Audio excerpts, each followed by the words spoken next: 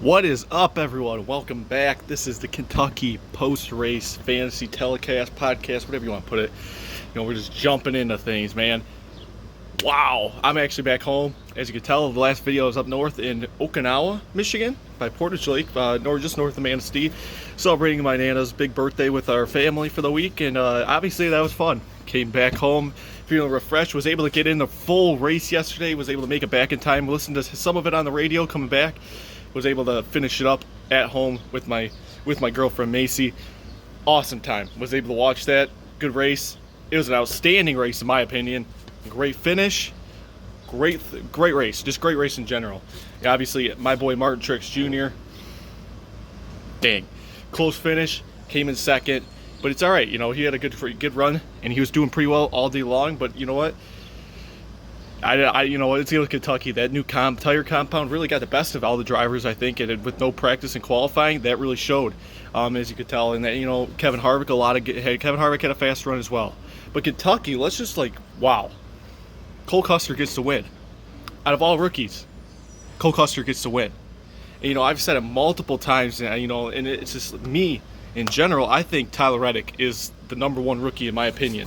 He's had the most consistency this season with top 10s and top 5s, but Cole Custer's never led a lap at all this season. Tyler Reddick's led at least over 20 laps this season, and he's got some lead laps. He's got stage points. Cole Custer got his first stage points and a win. Not even leading a lap. That's insane to me. But it's crazy to see Cole Custer get his first win. Congratulations to Cole, the Custard man. Maybe we'll see a Cole Custer victory review. I don't know. Tag him in the video sometime. All right, we'll see. But anyways, it was a good race for him. A crazy restart at the end, going 4 wide. Kevin Harvick, Ryan Blaney, touching Kevin Harvick in that tire rub. Martin Truex Jr. didn't have the speed. Cole Custer came out of nowhere on the outside on that white flag. It just took it home. It was just incredible. Great finish at Kentucky. And even more in general, going back from, I think I touched up on this on Friday. No, Friday night was the fight. Yeah, I did my fantasy. I did the last one on Friday. Friday was the fight between Harrison Burton and Noah Gragson in the NASCAR Xfinity Series. Crazy day, crazy fight. There might be a new rivalry in the Xfinity Series after that one. But more in general, let's talk about yesterday. There was also a NASCAR, might be a new rivalry coming this weekend and going into Texas. Jimmy Johnson and Brad Keselowski got into it to bring out that last caution of the day. Keselowski came in. Keselowski nudged Johnson out of the way, which seemed like a little close finish. Keselowski knocked Johnson out of the field, put him through the grass. Johnson was not happy and said, "Keselowski, watch out for you." He tweeted, "Watch out, I'm going to be on your bumper." That's basically the sum up of that tweet. So we're going to go into Texas with a lot of stuff going on in our minds. Xfinity race, got to watch Noah Gragson, Harrison Burton. Cup race, Jimmy Johnson, Brad Keselowski. Got to watch them. See what happens between them guys. But other than that, let's jump right into fantasy.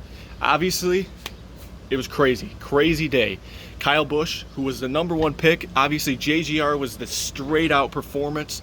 I thought they were going to take over, run the laps, get the win.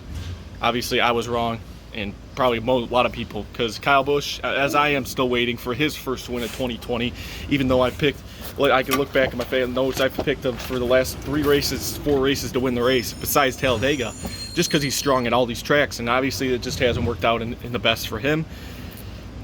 And, he hasn't been able to pull that finish off. Kyle Busch, like I said, on Friday was my number one driver, finishing 21st after getting backed up into that wall, and the wall coming off 4, this getting loose. The tire compound got the best of him, and obviously he didn't pull off the win. Eric Jones, I kept Eric Jones into my lineup too. Eric Jones was strong all weekend. I thought he had a strong car. He had a little tire issue. He ended up 22nd. Brad Keselowski, he was the king. He's the champion, in my opinion, at Kentucky. 3 wins, the most ever in the 10 years that we've been going to Kentucky. I thought he was going to be able to get some good points. He ended up finishing 9th. I think a solid 28 points for him, which was pretty solid for him. He was a great runs, and obviously that snap-on Mustang I thought was going to take the win. Alex Bowman was a strong Chevy. I like this. The Hendrick cars disappointed me yesterday. By their finishes, and it was just, I was looking for some decency top 10s out of these Hendrick Motorsports cars, but wasn't able to see it. Martin Truex Jr., obviously my guy, finishing second. another Joe Gibbs. You know, I didn't have Denny Hamlin. That was the only Joe Gibbs driver I didn't have in my lineup. But Truex had a great finish, top 5, second place. What can you get from that other than a win? And it was so close. He was about to tie Brad Keselowski for the win record at Kentucky and wasn't able to do that. But anyways, he came in second, giving Toyota, who I thought was going to be my manufacturer winner, a second place. I kept Kurt Busch in my garage. I didn't think he was going to do that well. I was monitoring him throughout the entire race, and he was not doing that well, and then he ended up finishing 5th. I was like, darn it, man. I could have put him in at stage 2, and I totally blanked my mind. And I was really looking forward to that, for Kurt Busch to take over, and I really just misplaced my mind on that. And that's something that I think we should all look and do when we're doing our fantasy. You know, you got to look at this lap by lap consistency. If Kurt Busch was fast all day, I totally left him in. I could have put him in. I didn't even think about it. But you know, we're going in this week. We have the NASCAR All-Star Race, the first ever All-Star Race at Bristol Motor Speedway. On Wednesday night, the All-Star Open starts at 7 o'clock, and the All-Star Race itself starts at 8:30. So that's going to be a race to watch on FS1. And it's going to be the first time the Cup cars have ever been to Bristol for the All-Star Race. Other than that, it's been at Charlotte, but it was used to be in the weekend before Memorial Day. Obviously, COVID hit, a lot of season schedule mix-ups. We're going to go to Bristol. I'm digging it. I'm digging it a lot. We're going to use the underglow lights that they used for the awards ceremony in Nashville last year, for when they did their burnouts on Nashville Boulevard. I'm looking forward to that. That's going to be pretty sweet. The other thing is the numbers are moved back on the quarter on the side door. They're moved back on the side. It looks a little different. Ryan Priest posted a picture, or JTG Daughter Re-Racing, if you want to look that up on Twitter. They posted a picture of the Ryan Priest scheme that he's going to be running for the All-Star Race, and it just really looks a little different. It looks really different, but I'm really looking forward to seeing these cars with the underglow lights for this All-Star Race. Obviously, no fantasy involved. This is no points race, just $1 million on the line for this Wednesday night race. If you want, you can tune in at 7 o'clock for the All-Star Open and the All-Star main event at 8:30 on FS1.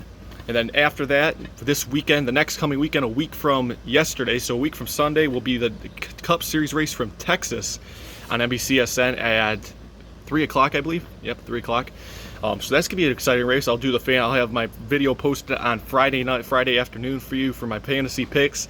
And then obviously the Sunday post-race, this is actually going up on Monday, I'm sorry. This is actually going to go up on Sunday night for my post-race picks, post-race review of Texas.